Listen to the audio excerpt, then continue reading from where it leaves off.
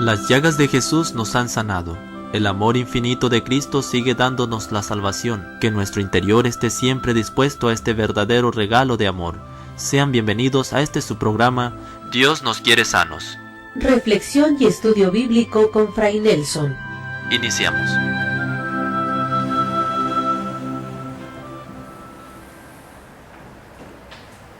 En el nombre del Padre, y del Hijo, y del Espíritu Santo. Amén. Dios te salve María, llena eres de gracia, el Señor es contigo. Bendita tú eres entre todas las mujeres, bendito es el fruto de tu vientre, Jesús. Santa María, Madre de Dios, ruega por nosotros los pecadores, ahora y en la hora de nuestra muerte. Amén. En el nombre del Padre, y del Hijo, y del Espíritu Santo. Amén.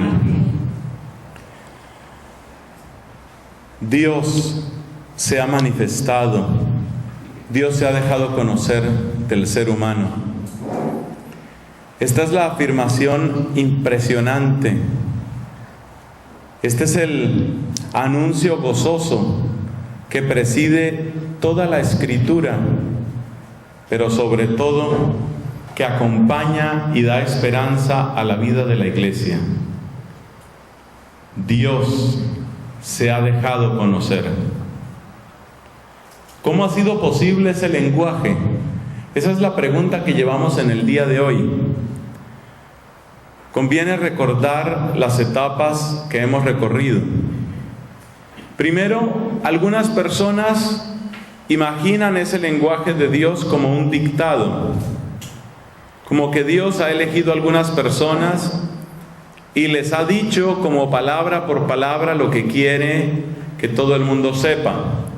Es una manera, podemos calificarla de ingenua o de infantil, de mirar la revelación. La revelación como un dictado tiene muchos problemas, esa manera de hablar. Si vamos al caso de la Biblia, pues encontraríamos que ese Dios dice una cantidad de cosas que resultan imposibles de comprobar o francamente falsas.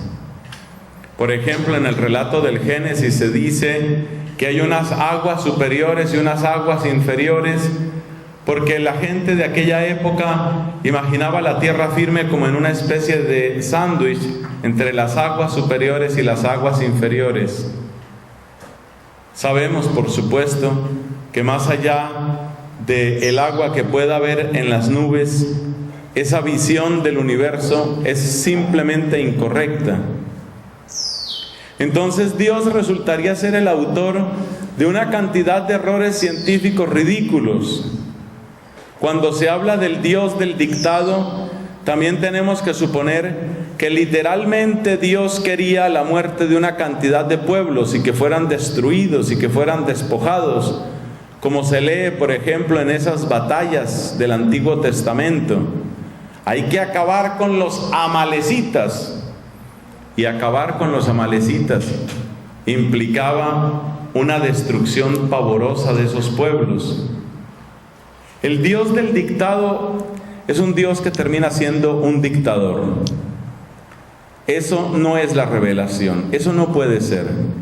La revelación debe ser algo diferente. Pero entonces hay otros que se van al otro extremo y entonces dicen, mira, lo que sucede es que toda esa revelación es simplemente el producto de la inventiva humana, es el producto de la imaginación humana.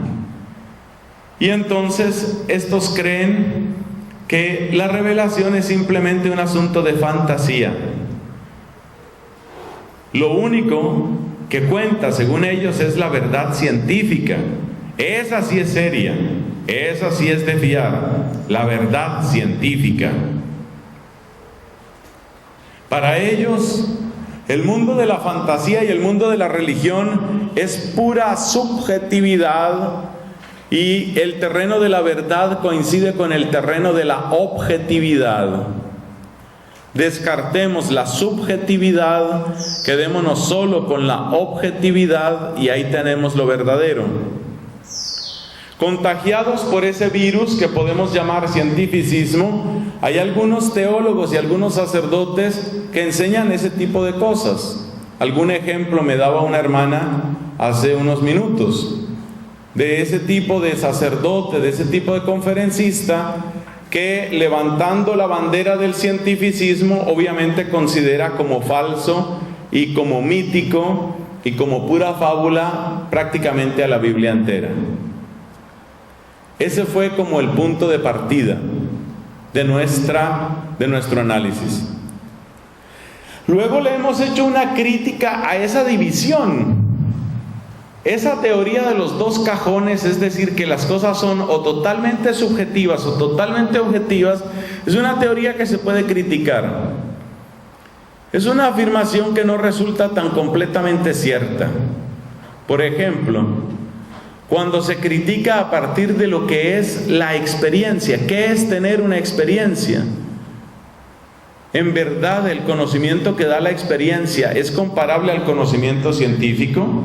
¿O vamos a negar que existe el conocimiento que da la experiencia? Y ahí fue donde dimos el ejemplo de la persona que era ciega de nacimiento, que sabía todo sobre el color rojo, pero nunca había visto el color rojo. Cuando esa persona por fin ve ese color, no conoce nada, no recibe nada, no hay un contenido de conciencia que corresponda a ese color. Además, esa teoría de los dos cajones se puede criticar porque no sabemos tampoco cómo describir o cómo explicar el fenómeno mismo de la conciencia. ¿Qué es tener conciencia? Y nos damos cuenta finalmente que la vida humana se desenvuelve en el plano del sentido, no simplemente en el plano de los hechos, sino en el plano del sentido que damos a los hechos. Y eso no queda reflejado en la división entre subjetivo y objetivo. Además, la objetividad misma, ¿en qué se puede apoyar? ¿Cuál es el ojo perfecto? ¿Cuál es el ojo que está seguro de no tener alucinación alguna? Decir que son muchos los ojos que ven lo mismo, eso no demuestra demasiado. Hubo épocas en la humanidad en que todos los seres humanos estaban perfectamente convencidos de que el sol salía por una parte del cielo y se ocultaba por la otra parte y hacía todo un recorrido. Hubo pueblos enteros que nacieron y que vivieron y que se extinguieron con esa convicción. Entonces, ¿dónde está la objetividad? Si la objetividad finalmente solo la pueden certificar sujetos. Esa es la crítica que le hacemos a ese lenguaje. ¿Para quedarnos con qué?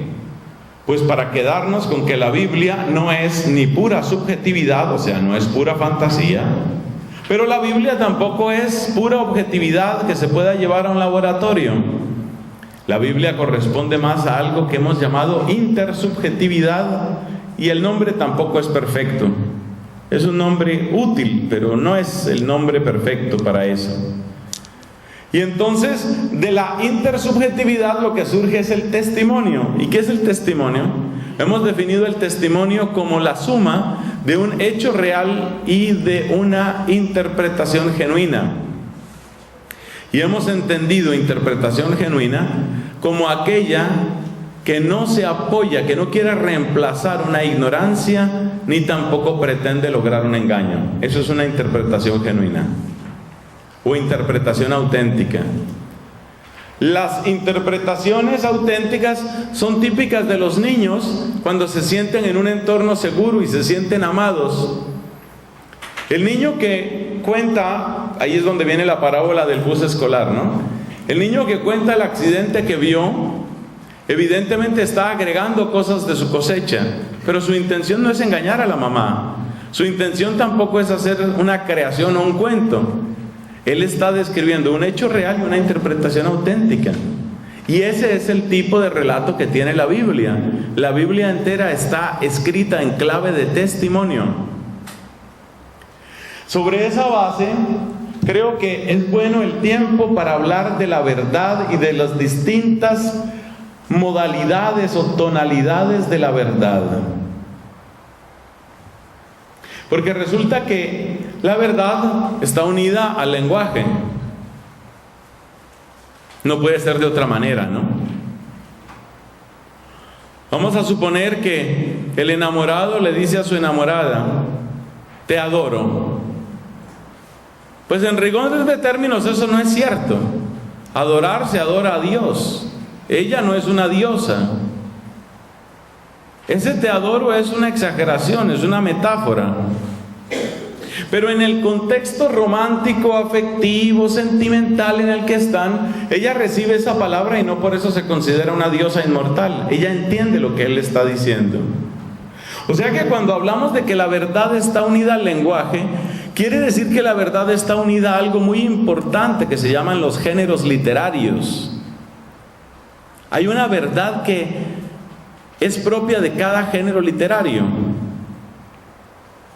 Entonces hay una verdad ligada, por ejemplo, a la poesía. Hay una verdad ligada a una narración edificante. Hay una verdad ligada a una crónica. No es que se trate de verdades más o menos intensas, sino que los distintos usos del lenguaje llevan también a consideraciones distintas sobre lo que es la verdad. Aparece en nuestra pizarra un sencillo cuadro que intenta capturar 5 modalidades, no son las únicas, intenta capturar 5 modalidades de la verdad, modalidades conectadas con la comunicación entre Dios y el hombre. Fíjate que de nuestras charlas anteriores hemos llegado como a 3 puntos: lo subjetivo puramente, lo objetivo puramente, aunque no hay nada que sea 100% subjetivo, no hay nada que sea 100% objetivo, pero bueno, seguimos utilizando esos términos. Y luego hay otro que es lo intersubjetivo. El cuadro que tenemos ahí en su pantalla, ese cuadro está mostrando eso mismo, pero con otras palabras. La palabra ficción alude a la subjetividad, el mundo de lo subjetivo. La palabra ciencia, ahora vamos a explicar por qué la ponemos en latín, alude a la objetividad. Y la palabra testimonio, lo mismo que antes, alude a la intersubjetividad. Entonces vamos a ver cómo acontece la verdad en cada uno de estos casos, para que se entienda el error tan salvaje y el daño tan profundo que causa una persona cuando dice: en la Biblia nada es verdad, o cuando dice: la Biblia son puras historietas, historietas edificantes, narraciones edificantes. La persona que habla así con tanto desprecio evidentemente no conoce los distintos modos de verdad que aparecen en la Escritura y también fuera de la Escritura. Hablemos de esa verdad que empecemos por la parte subjetiva, lo que aquí llamamos ficción. Dentro de la ficción podemos distinguir 2 cosas. Podemos distinguir la fantasía y la literatura. Entendemos por fantasía aquella que cuenta hechos que de ninguna manera serían posibles, por lo menos en el universo que conocemos. Por ejemplo, pertenece al mundo de la fantasía que yo ponga a hablar a una zorra y a un cuervo. Es decir, lo que aparece en las fábulas, eso es el reino de la fantasía. Entonces, dentro de la ficción hay una cosa que llamamos fantasía, hay otra que llamamos literatura, y en la literatura presentamos aquello que, aunque no haya sucedido exactamente así, tiene una característica, y es que es posible, y no solo posible, sino verosímil. Y vamos a ver que la verosimilitud es clave dentro del modo de verdad de la literatura. Entonces, en la ficción contemplamos esas 2 posibilidades, la fantasía y la literatura. Entendemos, repito, por fantasía aquello que no podría suceder de ninguna manera. Iba un unicornio trotando por la pradera, ya eso es fantasía, ya empezó la fantasía, ahí no hay más que hacer. Un pulpo que colgaba de un árbol le respondió, sigue la fantasía. En cambio, literatura es algo distinto. Entendemos aquí por literatura, es un uso restringido que hacemos de esa palabra. Entendemos aquí por literatura ¿qué? Entendemos por literatura, pues aquellos relatos que tienen una posibilidad, una cierta verosimilitud, o en la cual el uso de la fantasía es tan claramente alegórico que queda como asumido dentro de un relato mayor. Por decir algo, lo que hace este escritor colombiano, Gabriel García Márquez, en una obra como 100 años de soledad. Es evidente que hay una gran cantidad de fantasía o de trozos de fantasía, pero esos trozos, esos pasajes de fantasía están al servicio de un relato mayor que en sí mismo, pues, tiene la verosimilitud propia de la experiencia de vida de este autor. Entonces, quedémonos por ahora con fantasía y literatura ahí. Luego utilizamos la palabra ciencia como traducción de aquella palabra griega episteme que habíamos mencionado antes. La episteme es el conocimiento que busca la certeza, el conocimiento que quiere ser conocimiento cierto.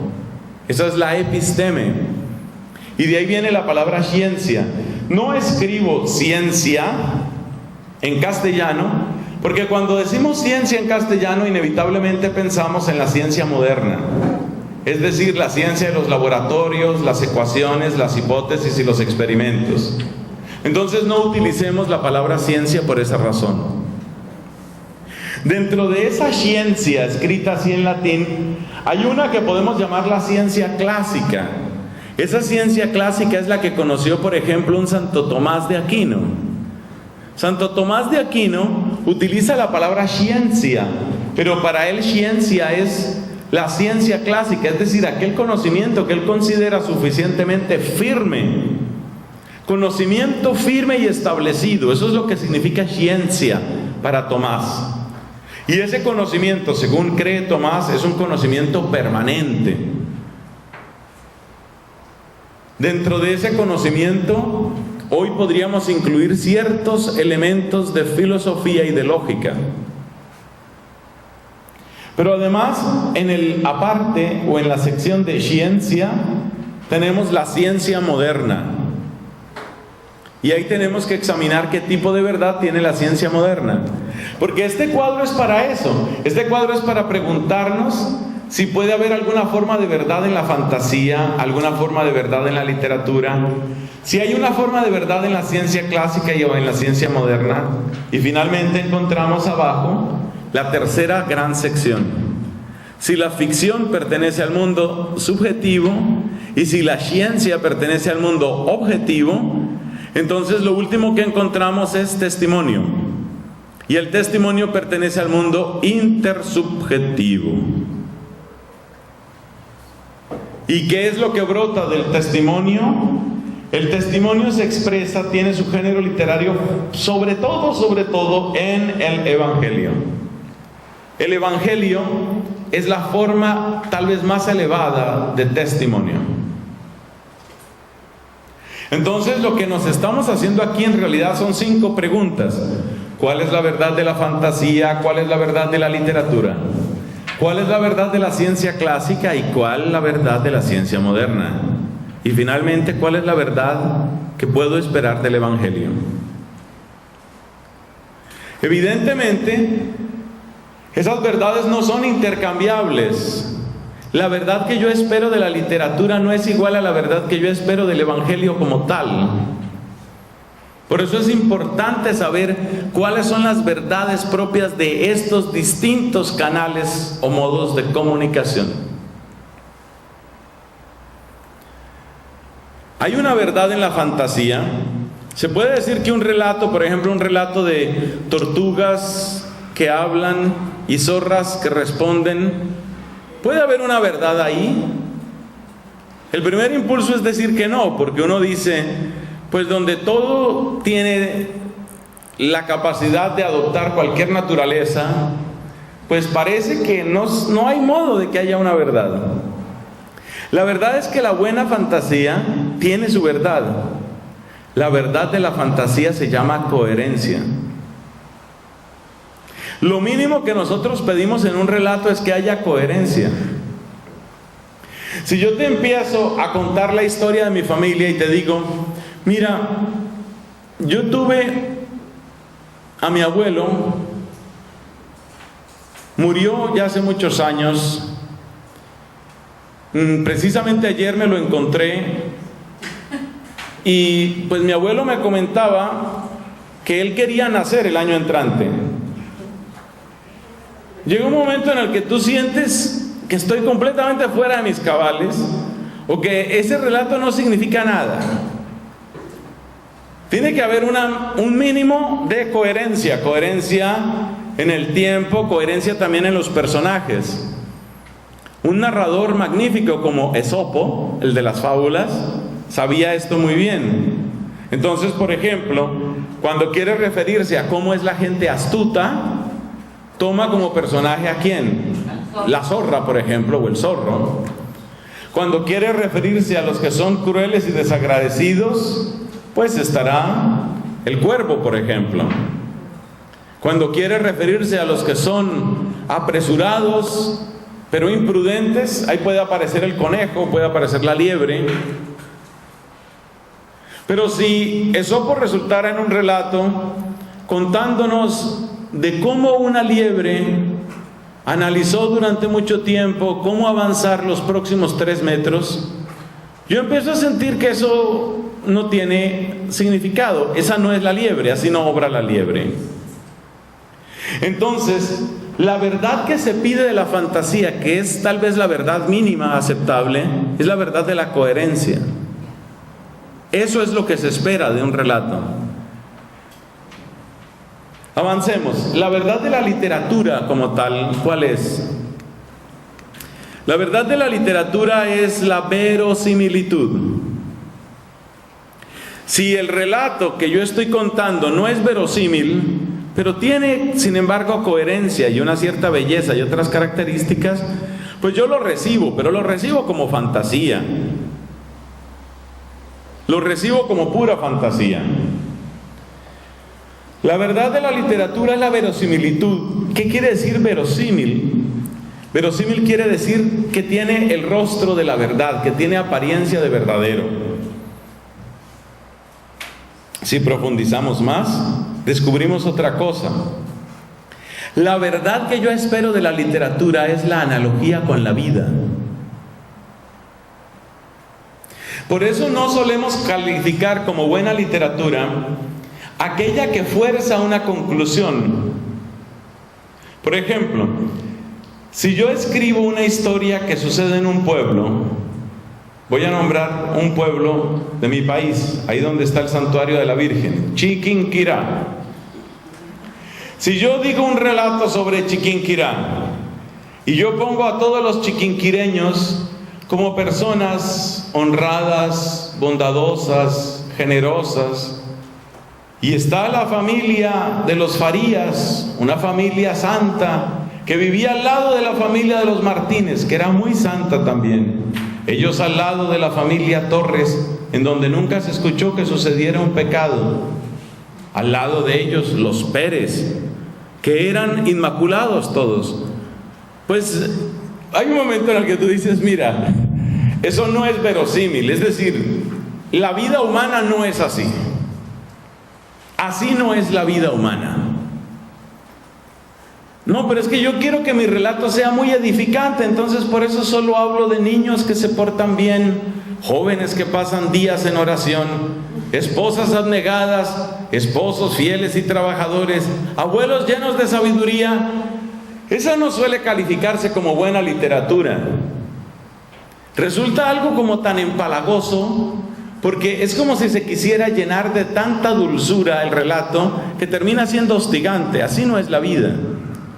Los verdaderos clásicos, los grandes escritores, tienen la virtud de extraer de la vida humana, tal como acontece, las luces suficientes para que sus relatos sean cercanos a la vida y sin embargo lleven un mensaje. Ese mensaje a veces es bastante profundo, a veces es doloroso. Tenemos, por ejemplo, a este gran escritor ruso, Fyodor, o qué otro nombre le dan a él, Fyodor, creo yo, Dostoyevsky. Fedor, dicen también, ¿no? Fedor Dostoyevsky, el hombre cuenta unos dramas. Toma por ejemplo esta obra suya, El jugador. La manera como describe lo que es una adicción, lo que es una persona apegada a su vicio, incapaz de salir de esas cadenas. Uno va recorriendo las páginas y uno siente que se entra en el corazón de esa persona, en la prisión en la que vive, pero está tan bien hecho que hay momentos en el que uno siente que verdaderamente no hay escapatoria. Es decir, está retratando la vida y la retrata con tanta verdad que uno puede sentir que en efecto es vida humana la que aparece ahí, plena vida humana. Y porque es vida humana, resulta verosímil la analogía con la vida. Lo mismo podemos decir de Cervantes con su Quijote, o de todas estas magníficas obras de Shakespeare. Cuando Shakespeare presenta a esos personajes, digamos este mercader de Venecia, un hombre perverso, un hombre que parece tejido con los hilos de la oscuridad. Es un hombre absolutamente repugnante, pero es tan real, es tan completamente real, que uno no siente que le están describiendo simplemente a un monstruo para que uno se asuste, que es lo que a veces pasa en el cine, película de terror, y entonces sacan un monstruo repugnante, pero uno desde el principio sabe que el monstruo no existe. En cambio, en una obra como la de Shakespeare, lo que aparece es tan real que su carácter de realidad es su carácter de verdad, la analogía con la vida. Entonces, la verdad de la fantasía es la coherencia, y no le pedimos mucho más. La verdad de la literatura es la analogía con la vida. ¿Qué pasa con la ciencia clásica? ¿Cuál es la aspiración o cuál es la pretensión de verdad que aparece en la ciencia clásica? Pues resulta que esta ciencia clásica es la propia de la lógica y de los primeros principios en la filosofía. En cuanto a lógica, lo que se pide es que traiga claridad y de nuevo coherencia, como la fantasía, la literatura fantástica. Pero en cuanto a primeros principios de la filosofía, lo que se espera es que haya una solidez tal que uno pueda afirmar en todo tiempo y lugar lo que allí se dice. Eso es lo propio de la mejor metafísica. Y la verdad es que gente como nuestro muy querido Tomás de Aquino llega a afirmar unas cosas tan profundas desde el punto de vista filosófico y tan permanentes que uno efectivamente siente que ha palpado una verdad. Es la verdad, por ejemplo, la verdad de la diferencia entre el ente y la existencia, o entre el ser y el existir, o entre la esencia y la existencia. Una vez que uno le escucha o le lee la explicación a Santo Tomás de Aquino sobre la diferencia entre la esencia y la existencia, pues uno ve que eso se aplica a todo lo que existe. Y uno ve que eso siempre es cierto, que siempre fue cierto y siempre será cierto. Según el mismo Tomás de Aquino y según muchos otros pensadores, la altura más grande a la que llega la razón humana por sus propios medios es precisamente esa verdad metafísica.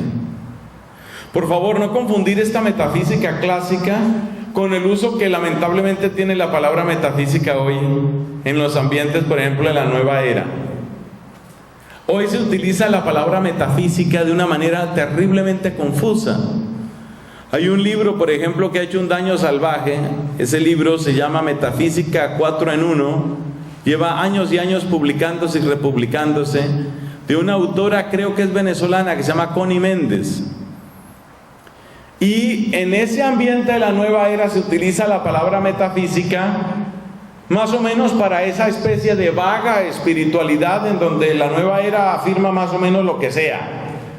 No. La metafísica de raigambre aristotélica y tomística o tomista Es una construcción sumamente firme, una construcción que ha soportado el embate de críticas durísimas.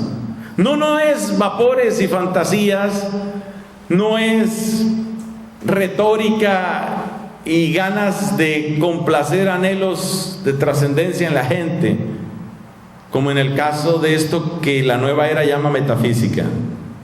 Entonces, la verdad que aparece en la ciencia clásica, la verdad propia de la ciencia clásica, es la verdad de esos primeros principios, los propios de la filosofía, los propios de la lógica y de la metafísica.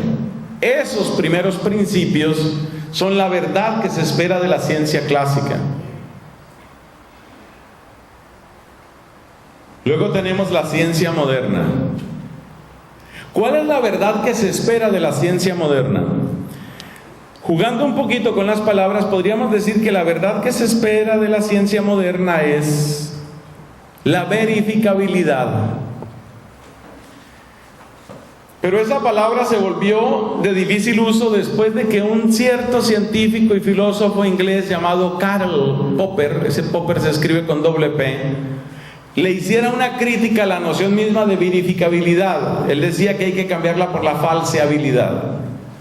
Lo propio del enunciado científico, según Karl Popper, es que puede ser falseable, que hay una manera de demostrar que algo es falso. Eso hace que ese enunciado tenga un carácter científico.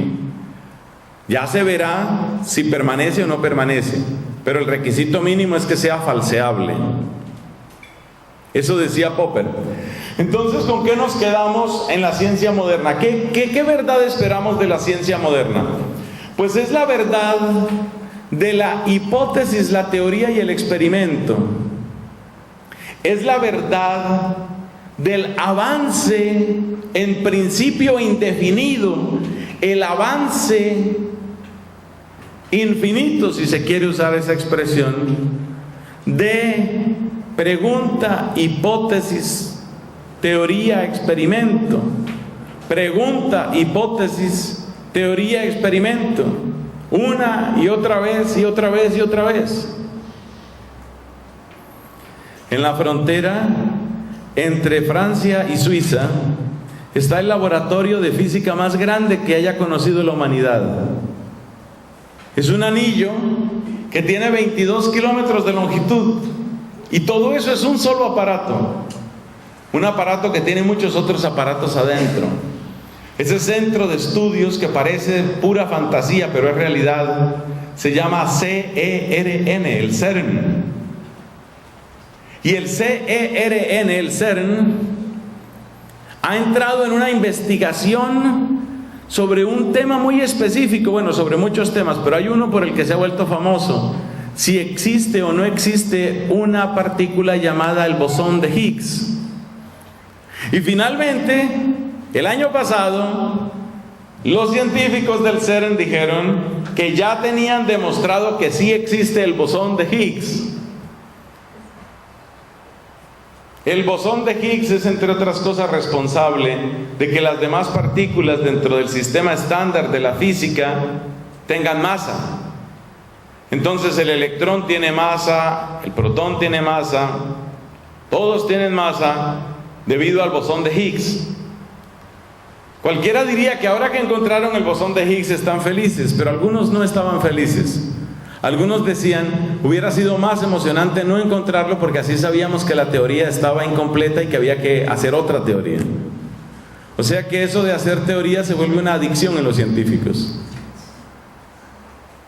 Eso quiere decir que la verdad de la ciencia moderna es esencialmente distinta de la verdad de la ciencia clásica.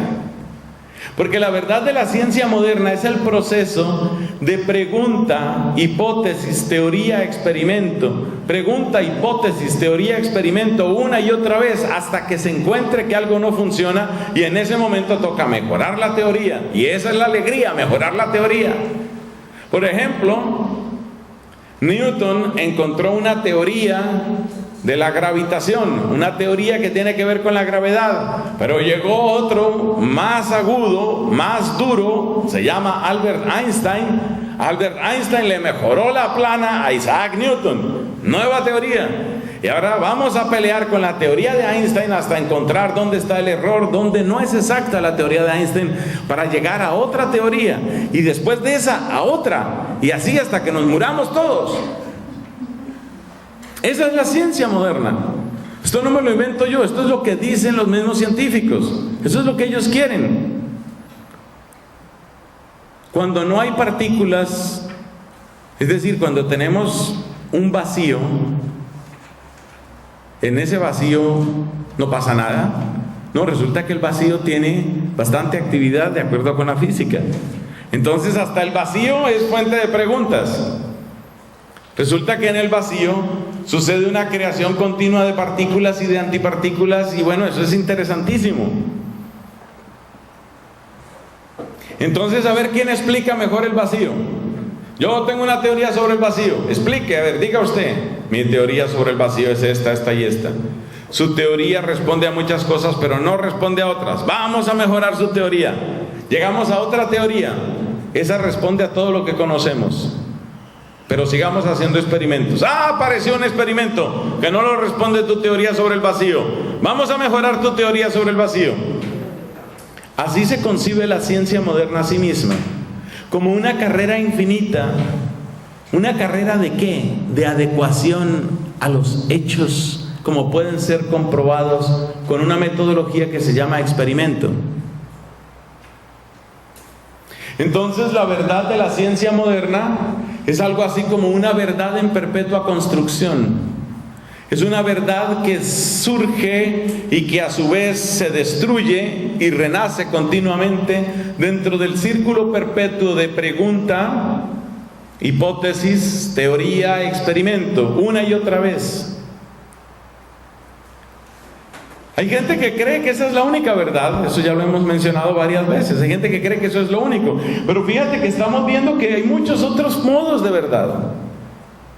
Yo con la verdad que me ofrece la ciencia moderna no puedo resolver ni puedo alcanzar la verdad que me da la ciencia clásica, no puedo. La afirmación, por ejemplo, de la diferencia entre la esencia y la existencia no es un asunto que yo pueda llevar al laboratorio. No hay manera de llevar al laboratorio, aquí tengo la esencia pura y aquí tengo la existencia pura. La existencia no la voy a encontrar como algo que está ante mí. La ciencia es buena para todo aquello que yo puedo poner delante de mí, pero yo no puedo poner delante de mí la existencia, ni puedo poner delante de mí mi propia conciencia. Por eso la ciencia tiene límites intrínsecos, no puede superar ciertos límites. La fantasía tiene una verdad que llamamos coherencia, la literatura tiene una verdad que llamamos verosimilitud o analogía con la vida. La ciencia clásica tiene una verdad que se llama la verdad lógica, que de nuevo es coherencia, y se llama también la verdad que podemos llamar metafísica, la verdad de los primeros principios. La ciencia moderna tiene una verdad que es la verdad que es una verdad en camino, que se va dando en ese círculo interminable, esa especie de espiral, digo mejor, es como una espiral que va subiendo. Y los científicos se dedican a eso. De modo que el científico sabe que está subiendo por una escalera que no termina, y su gran ilusión es decir, yo lo ayudé a subir un peldaño, y ahí se muere, porque no le da más la vida. No hace mucho terminé de leer una obra muy interesante sobre la ciencia. Por supuesto, a mí me tocó profundamente el corazón, porque yo fui estudiante durante 6 semestres de física pura en la Universidad Nacional allá en Colombia. Entonces el mundo de la ciencia me interesa mucho, y me llamaba la atención lo que decía el autor.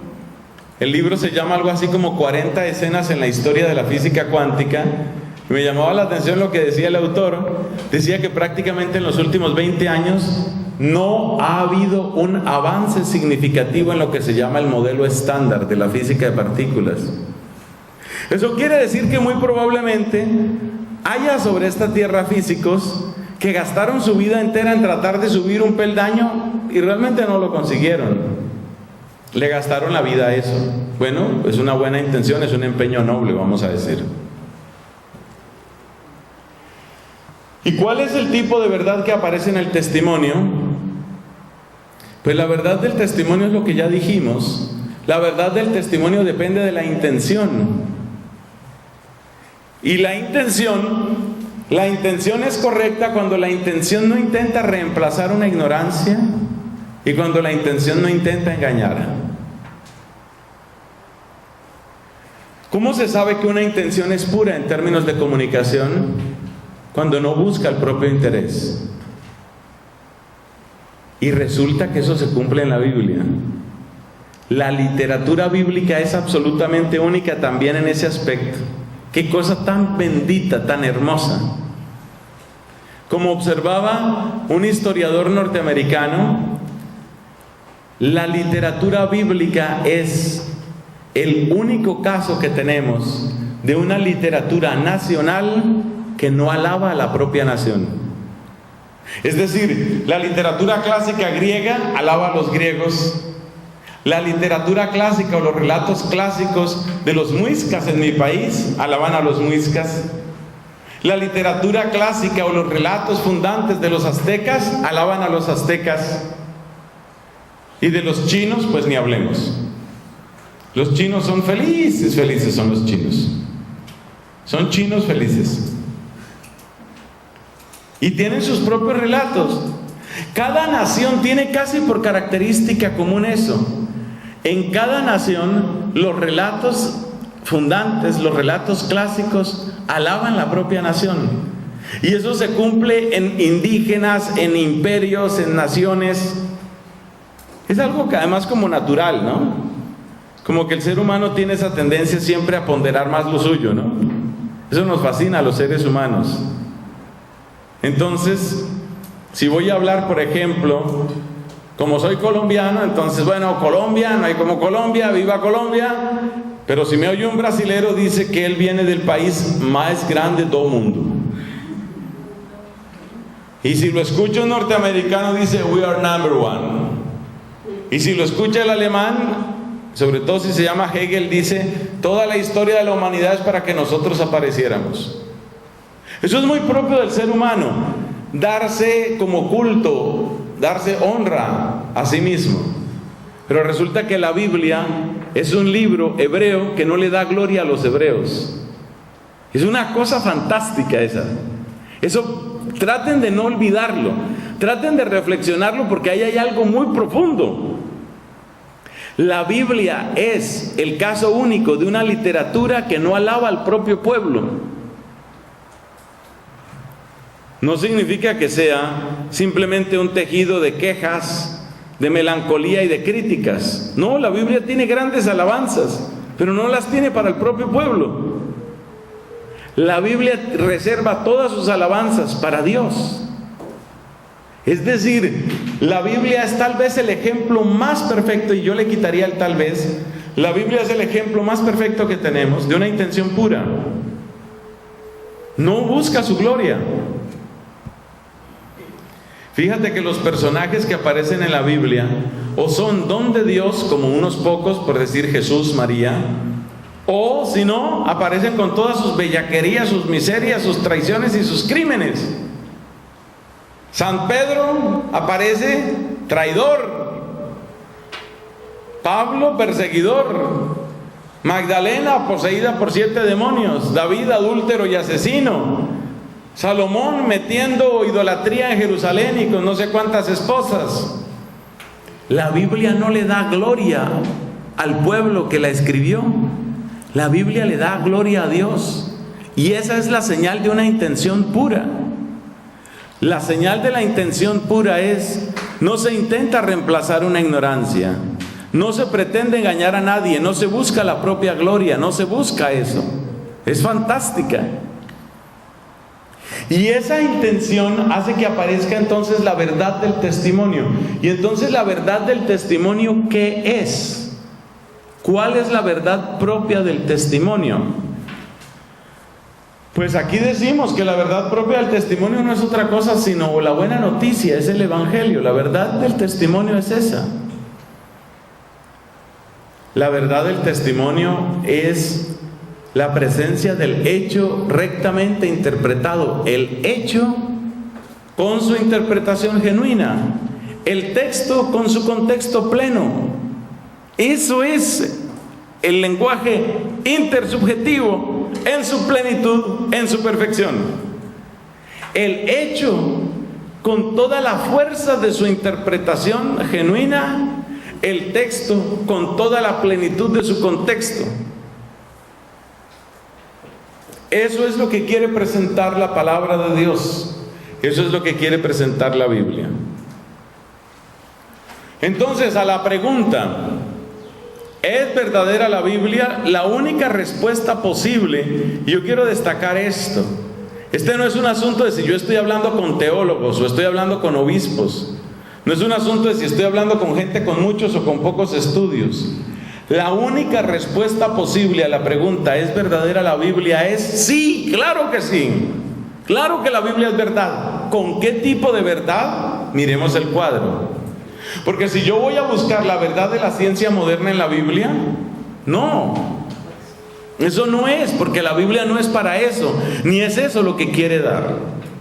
Si yo voy a buscar incluso la verdad de la ciencia clásica, si yo voy a buscar los grandes principios metafísicos, ¿dónde está el capítulo y el versículo del gran principio metafísico de que algo no puede ser y no ser al mismo tiempo y bajo el mismo respecto? ¿Dónde está eso? ¿En qué libro? ¿En qué capítulo? ¿En qué versículo? No lo voy a encontrar jamás. Atención, la Biblia sí tiene algo de esta verdad de la literatura, porque hay relatos edificantes, sí lo tiene. Incluso puede tener algo de la verdad de la fantasía, y eso no daña el propósito general de la Biblia. Cuando se dice, por ejemplo, que Jonás estuvo 3 días en el vientre de la ballena, muy probablemente estamos ante un ejercicio de fantasía que goza de una coherencia y que quiere llevar un mensaje. Perfectamente posible. Pero como conjunto, la palabra de Dios, como conjunto, la Biblia, lo que quiere, lo que pretende, es fundamentalmente compartir una buena noticia.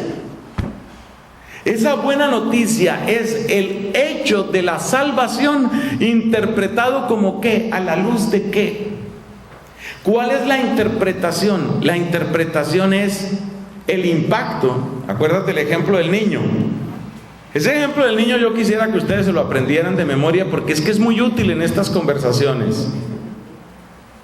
Acuérdese, a la mamá no le interesa la verdad de la ciencia moderna en ese caso. ¿Cuál es la verdad de la ciencia moderna en el accidente del niño, el accidente que vio el niño? La verdad de la ciencia moderna es que el auto iba exactamente a 88.3 kilómetros por hora. Esa es la verdad de la ciencia. A la mamá no le interesa esa verdad. A ella le interesa es qué significa eso en términos de testimonio, para ver si eso es buena noticia o mala noticia. Eso es lo que le interesa a la verdad. Esa es la verdad, es lo que le interesa a la mamá. Entonces, este cuadro es muy importante en ese sentido, en el sentido de que veamos cuál es el tipo de la verdad bíblica. Y por supuesto, fíjate lo que hemos dicho antes, la verdad bíblica es hecho. ¿Te acuerdas que era una ecuación? Hecho más interpretación. Eso quiere decir que si yo le quito el carácter de hecho, ya no es testimonio. Que fue lo que quisimos describir en el ejemplo del niño, que no vio ningún accidente, sino que simplemente tiene mucha creatividad. Eso no interesa. O en el caso de esa mujer que como pasaba tanto tiempo sola, fue ella misma se compró esos chocolates para luego imaginarse que alguien se los había regalado. Ay, eso da es como pesar, da es como tristeza. Pobrecita.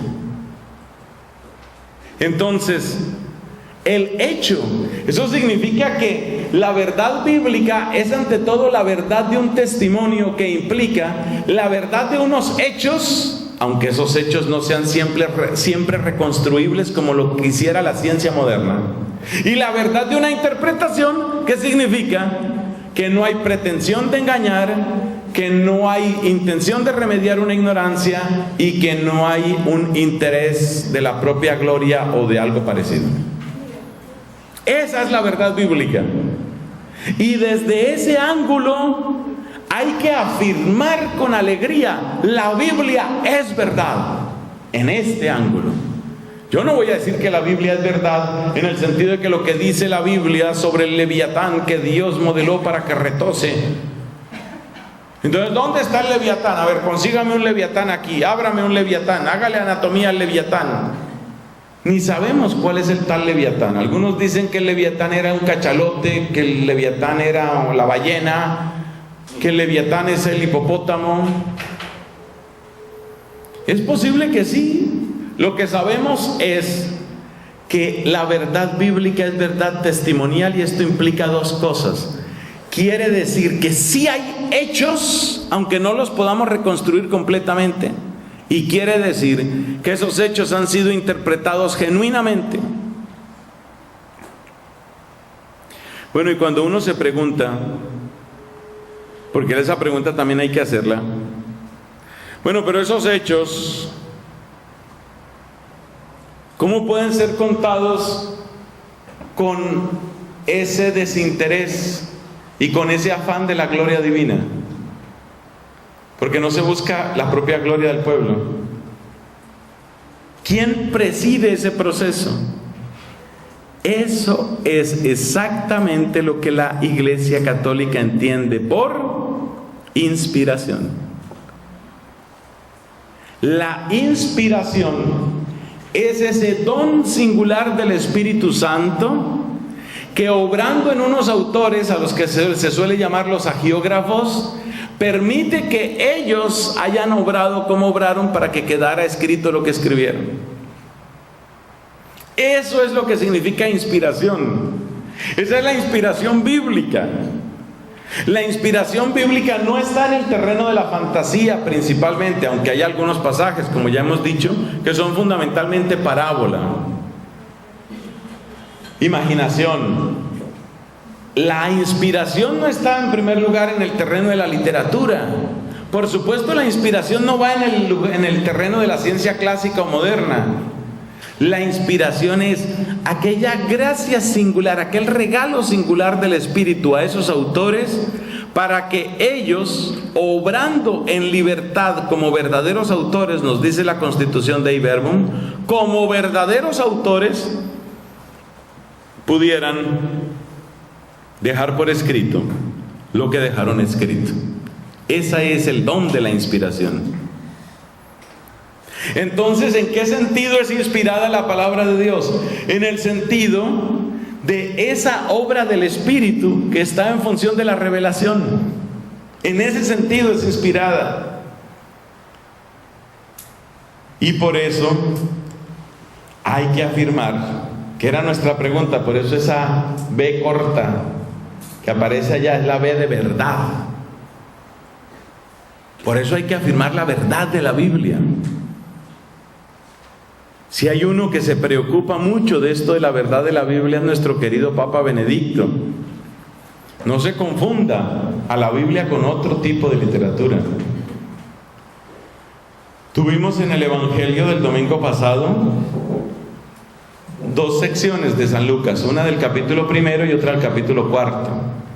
La seccioncita del capítulo 1 es la que empieza diciendo: puesto que muchos, oh querido Teófilo, han querido escribir un relato de los hechos acaecidos entre nosotros, también yo, después de investigarlo todo detenidamente, me he resuelto a poner por orden los acontecimientos para que tú sepas de la solidez de las enseñanzas que has recibido. Eso no lo dice una persona que está haciendo fantasía o que está haciendo literatura. Eso lo dice una persona que sabe que se apoya en hechos. Esos hechos, por supuesto, tienen una interpretación, porque esos hechos son vistos a través de la lente del impacto que causaron en los oyentes. Pero la interpretación no niega el hecho, ni crea el hecho, sino le da la perspectiva al hecho. Escriba esa frase, por favor, hermana, antes de que se acabe este día. Se la repito. La interpretación no niega el hecho, ni crea el hecho, sino que le da la mejor perspectiva al hecho. Continuamos nuestro camino sanados por el perdón de Dios y dispongámonos a proclamar su amor que nos salva. Coinonía Media les da las gracias por su compañía y te invitamos a estar con nosotros en la próxima. Esto fue Dios nos quiere sanos. Hasta pronto.